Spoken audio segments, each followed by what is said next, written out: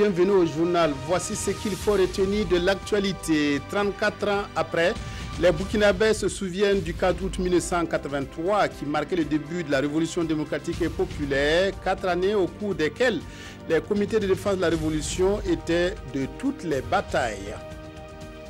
Élection sans surprise aujourd'hui au Rwanda où les 7 millions d'électeurs sont appelés à départager 3 candidats dont le président sortant Paul Kagame qui devrait remporter le scrutin haut la main. Le 4 août est devenu une date historique pour le Burkina lorsque des jeunes officiers prirent le pouvoir en 1983 pour instaurer la révolution démocratique et populaire RDP. Cette date marque le renversement du pouvoir du médecin colonel Jean-Baptiste Ouédraogo et l'arrivée à la tête de l'État du jeune capitaine Thomas Sankara. La révolution burkinabé est alors dirigée par le Conseil national de la révolution, organe qui comprenait militaires et civils. Retour sur les 4 années de la révolution d'août avec Nyarki Teda.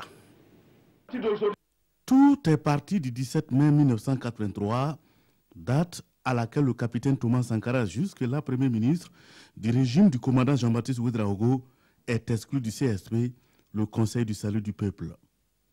Il est accusé d'être une menace pour l'unité nationale et est placé en détention à l'extrême nord du pays. Le haut commandant en chef des armées, Jean-Baptiste Boukari Lengani, va subir le même sort alors que le capitaine Henri Zongo va se réfugier d'abord au camp Guillaume Ouédraogo avant d'être lui aussi arrêté. Seul le capitaine Blaise Compaoré réussit à s'échapper et rejoint sa base dépôt. Dans la capitale du Naouri, il rentre en rébellion ouverte avec Ouagadougou. Cette résistance refuse toutes les propositions faites par le pouvoir qui n'a pas les moyens d'attaquer Pau. Mieux, Blaise Compaoré et ses hommes vont bénéficier du soutien des marxistes-léninistes qui descendent dans les rues pour réclamer la libération du capitaine Thomas Sankara.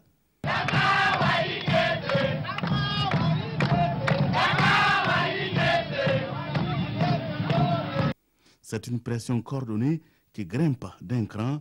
Jean-Baptiste Ouédraogo cède. Il ramène Sankara à Ouagadougou. Le capitaine n'abandonne point son projet. De sa résidence surveillée, il coordonne toutes les actions militaires et civiles engagées pour le combat. La tension est vive, mais tout viendra de Pau, d'où l'assaut est lancé sur Ouagadougou. Les choses s'accélèrent le 3 août et le lendemain 4 août, la Haute-Volta se trouve dans une nouvelle ère. À l'étranger, un coup d'État la nuit dernière en Afrique, dans l'un des pays les plus pauvres du monde, la Haute-Volta. Un coup d'État ébranle la stabilité de la région et inquiète ses voisins modérés. Un capitaine de 34 ans, grand admirateur du colonel Kadhafi, a pris le pouvoir.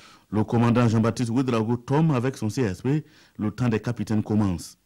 Il décide de redonner une autre vie au pays avec une date emblématique, le 4 août, qui marque la naissance du RDP, la révolution démocratique et populaire, pour oser inventer l'avenir selon le père de la révolution d'août 83.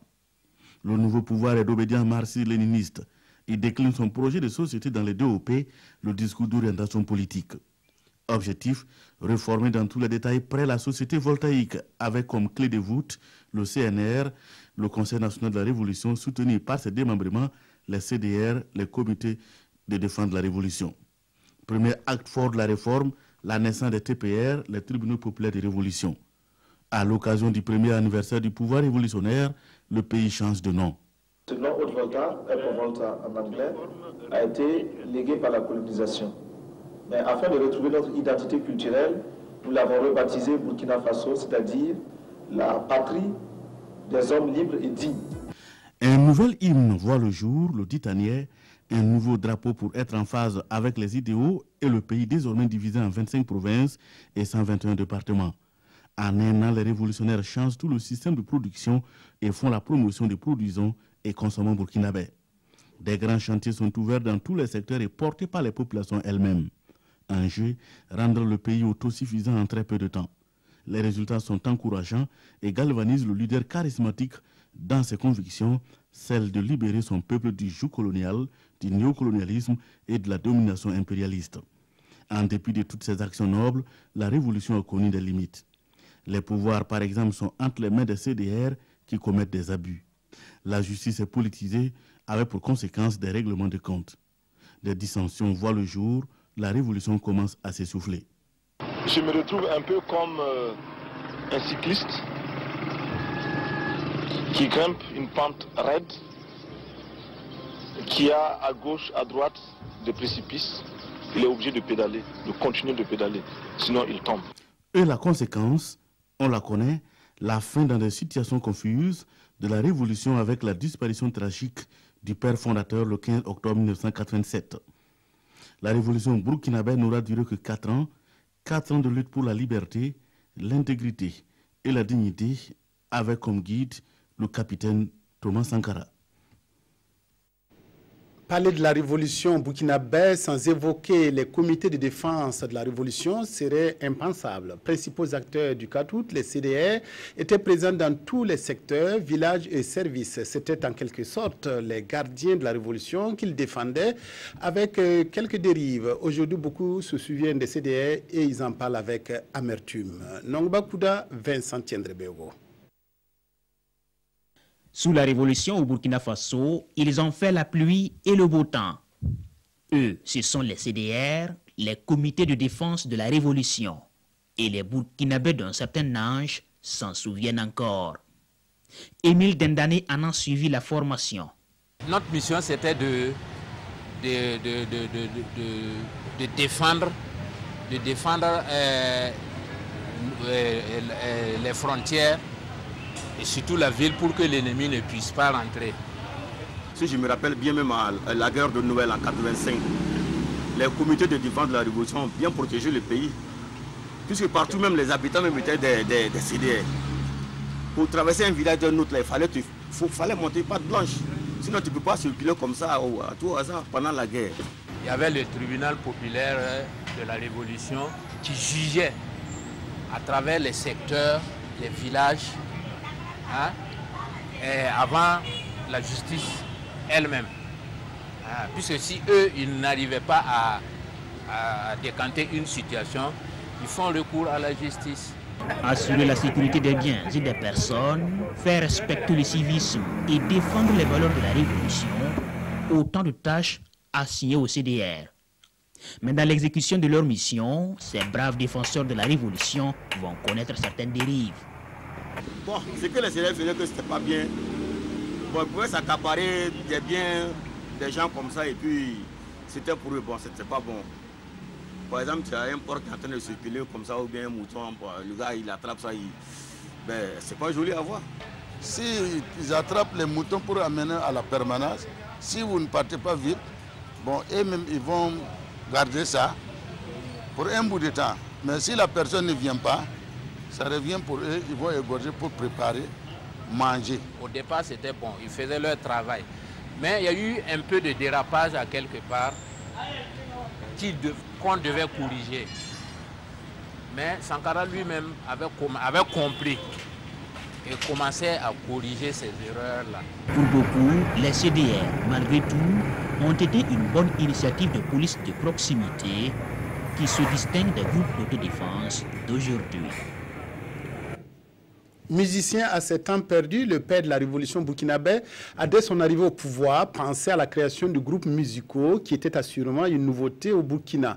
Un orchestre constitué uniquement de femmes, les colombes de la révolution, et un autre formé d'enfants, les petits chanteurs au point levé, virent le jour. Pour asseoir ces groupes musicaux, le capitaine Thomas Sankara avait fait appel à des musiciens comme Sissé Abdoulaye, Maurice Simporé ou Mustapha Labli-Tombiano. Très vite, les deux groupes vont parcourir le Burkina et le monde pour donner des spectacles. Kosun Koulibaly, Aruna Mare.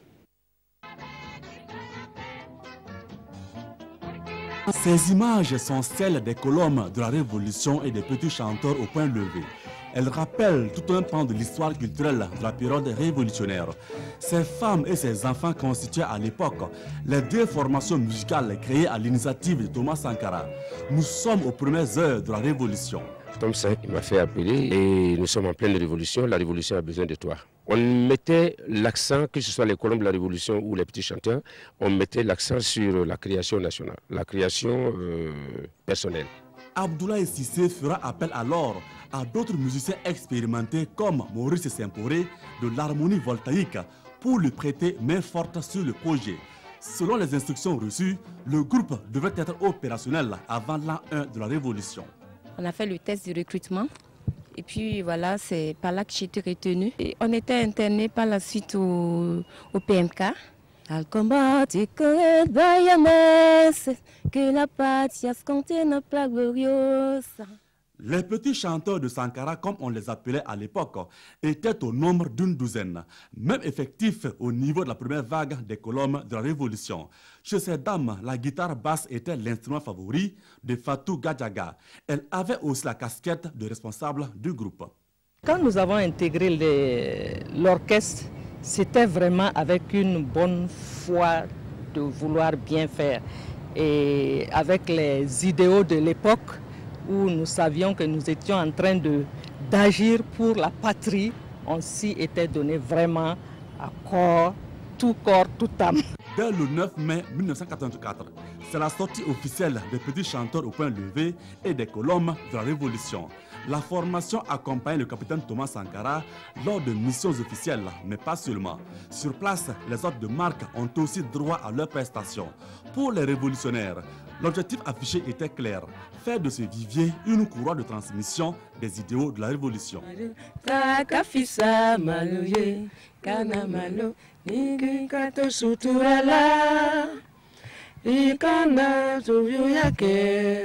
L'expérience qui nous a vraiment marqué, qui m'a marqué, et je suis presque sûre que c'est pour tout le monde, c'était notre voyage en Corée du Nord avec le président Thomas Sankara. Parce qu'ils avaient des salles immenses, des salles qui, je me demande si ça ne dépassait même pas souvent la place de la Révolution. Mais quand on devait presser, c'était plein. On dirait qu'on avait fait des dessins, les gens là. Et vous êtes là, c'est un silence total. Vous rentrez, vous êtes impressionné. Mais quand vous finissez, c'est un tonnerre d'applaudissements. On ne peut pas imaginer que ces gens-là qui sont là, qui vous regardent, et puis paf, ils adhèrent à votre cause. C'était formidable. Mais l'aventure musicale prend du plomb dans l'aile suite aux événements tragiques du 15 octobre 1987. C'est la traversée du désert pour les membres du groupe. C'était vraiment un choc pour nous. C'était vraiment un choc pour nous parce qu'il était tout pour nous, un tonton, tout. Donc ça a été vraiment un grand choc, oui. Ça nous a marqué. Oui. Fatigués d'attendre un second souffle de la part des rectificateurs, les colonnes de la Révolution et les petits chanteurs au point levé finiront par baisser le point. 30 ans après cette part de l'histoire du pays des hommes intègres, ces artistes révolutionnaires, dispersés pour la plupart, tentent désormais de voler leurs propres ailes au milieu des reliques de la Révolution. Voilà, nous nous souvenons encore de Denis Kambou, Mahalia Jackson, Caroline Yagibou, Chimène, Fatou Diallo, l'intrépide, ou encore Awa Congo, Eva. L'Union des chauffeurs routiers du Burkina observe depuis ce matin un arrêt de travail d'une durée indéterminée. La raison, le syndicat proteste contre la bastonnade de chauffeurs routiers par les forces de l'ordre au poste de 50C. Les routiers exigent du gouvernement une réaction avant toute reprise de leurs activités. Gérard Sommet, Tanga Kafando, reportage. Ce vendredi matin, au siège de l'Union des chauffeurs routiers du Burkina, à Ouagadougou, des regroupements dans une ambiance tantôt conviviale, tantôt surchauffée. Depuis 7 heures, ils observent un arrêt de travail pour protester contre le bastonnage des leurs par les forces de l'ordre. Tout revient sur le paiement de la redevance qui devait se faire au niveau des 50C, si les postes étaient posés de 50C. Voilà, il nous est revenu que les patronats ont déclaré vraiment qu'ils payent et que c'est une obligation aussi les chauffeurs de remettre cet argent au niveau des postes de 50C. Donc avec le dispositif que l'État a pris dans la journée du 29, voilà, il se trouvait que les chauffeurs vraiment n'étaient pas prêts, d'autres n'étaient pas informés. Voilà, ils sont restés là-bas le samedi, le dimanche, le lundi. Et c'est le mardi, dans les environs de 9h à l'envers 10h, que nous a interpellé que ça a dégénéré et qu'il y a l'effort de l'ordre maintenant qui sont venus sur le terrain, voilà, qui frappaient les chauffeurs. À un moment donné, ils ont dit que les chauffeurs ont voulu forcer la barrière, voilà pourquoi j'ai joué la force. Les chauffeurs aussi disent le contraire. Et qu'attendent donc les chauffeurs routiers du gouvernement? Parce qu'ils ont eu même des échos avant nous. Donc je pense qu'à leur niveau aussi, ils ont un mot à nous dire. Et c'est ce mot du gouvernement qui conditionnera, selon le syndicat, la durée de l'arrêt du travail qui pour l'heure va jusqu'à nouvel ordre. Hors de chez nous, au Rwanda, ces jours d'élection présidentielle ce vendredi, 7 millions d'électeurs sont appelés aux urnes dans le cadre de la présidentielle qui voit s'affronter 3 candidats, dont le président sortant, Paul Kagame, favori pour un 3e mandat de 7 ans à la tête du pays. Les jeux semblent être faits en effet car les 2 candidats de l'opposition ne font pas le poids face au président Kagame qui a toujours remporté les précédents scrutins avec plus de 90% des voix. Les Rwandais votent ce vendredi pour une élection présidentielle sans grand suspense. Dans l'un de ses derniers meetings à Kigali mercredi, le président sortant Paul Kagame a redit sa certitude d'être reconduit pour un 3e mandat. Derrière lui, le puissant Front patriotique rwandais. Ces 2 seuls concurrents restent quasi inconnus dans le pays. Il s'agit de Frank Habineza, leader de la seule formation d'opposition tolérée, le Parti démocratique vert. Son autre adversaire est le candidat indépendant Philippe Mpayimana, qui souhaite voir renforcer la liberté d'expression. Pas de quoi impressionner Paul Kagame, crédité d'un bon bilan économique. Il a été élu en 2003 et 2010 avec plus de 90% des voix. Sport, alors que la planète entière n'a Dieu que pour Neymar, contentons-nous de regarder vers le stade municipal de Dr Joseph Konombo où se dispute cet après-midi la finale de la 3e édition de la Coupe du Faso Dames. Une finale qui mettra aux prises l'USO au Lion du Wé. Présentation de cette rencontre présidée par l'épouse du chef de l'État Sika Kabore avec Mahamadi Wena. C'est une finale inédite. Ces 2 équipes se retrouvent à ce niveau de la compétition pour la première fois.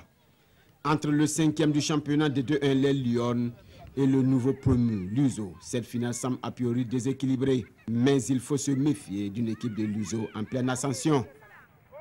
Depuis les éliminatoires pour le championnat de 2-2 pour se qualifier pour la montée, nous avons gagné tous nos matchs et nous n'avons pas encaissé de but. Et la Coupe du Faso venait comme un bonus pour les filles et d'essayer de se frotter à l'élite supérieure qui est la 2-1. Et Dieu merci, nous sommes en finale. Donc nous avons gardé les mêmes séances, le même dynamisme et surtout un travail psychologique a été fait. Pour que nous... Même objectif pour les Lions du Oué qui veulent sauver la saison des clubs bobolais en s'offrant la 3e édition de la Coupe du Faso féminine. Je crois qu'on va faire honneur au moins à la région de Haut-Bassin. Parce que en première division, tout est à Ouara cette année, et la Coupe des députés c'est Ouara, la Coupe du Faso ça va se jouer entre les deux. Mais le football féminin, nous allons tout faire pour au moins amener cette coupe à Bobo pour faire plaisir à tout le monde. La succession des princesses du Kadiogo, vainqueurs de la 2e édition, annonce des chaudes empaillades. Cet après-midi au stade Issoufou Joseph Konombo, entre Ouaralaise et Bobolaise, sous le coup de 16 heures. Le 34e anniversaire de la RDP est commenté par les quotidiens. Les journaux consacrent aussi quelques colonnes à la grève des transporteurs routiers qui manifestent leur colère après la bossonnade dont certains ont subi à Tenkodogo. Abdoulaye Zongo signe la revue de presse. La révolution à bas la révolution, s'exclame doublement Sidouaya une génération après. Souvenir du 4 août 83, partagé par le FFS, publie Le Pays, et qui, en ce 34e anniversaire de la RDP, Révolution démocratique et populaire, en appelle justement à une introspection liée, je cite, à la vie exemplaire et à l'œuvre de Thomas Sankara, figure historique et emblématique, par-delà le Burkina. Sidouaya, allusion faite à Sankara, constate et s'attriste, je cite, « L'homme au point levé est mort le point fermé. Aujourd'hui, on le cherche avec une lampe en plein jour, on renoue même ciel et terre, on exhume avec délicatesse ce qu'on avait enfoui avec hargne à moins d'1 mètre sous terre. » Notre confrère se désole davantage de la disparition de certaines vertus révolutionnaires.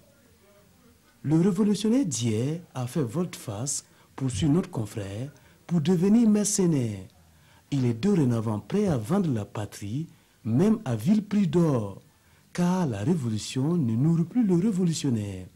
Et pourtant, la vraie révolution, conclut Sidouaya, se trame dans la tête et dans le cœur. Justement, c'est dans la tête et dans le cœur des transporteurs que se trame également un arrêt du travail. En effet, ils suspendent jusqu'à nouvel ordre toutes leurs activités sur le territoire national. Une grève liée à l'incident survenu entre chauffeurs routiers et FDS à Tenkodogo. La MACA est en mauvaise presse suite à cette évasion pour le moins surprenante, rapporte aujourd'hui au Faso. Cheikh Ouedraogo Diladji, marabout du caporal Madou Ouedraogo, s'est échappé. L'Obs s'en étonne également. Il s'est volatilisé dans son domicile de Toudou-Bouego alors qu'il était surveillé par 3 soldats. Voilà, fin de cette édition. Merci de votre aimable attention à la RTB. Excellent après-midi à toutes et à tous. Moi aussi, je vous fais la belle. Au revoir.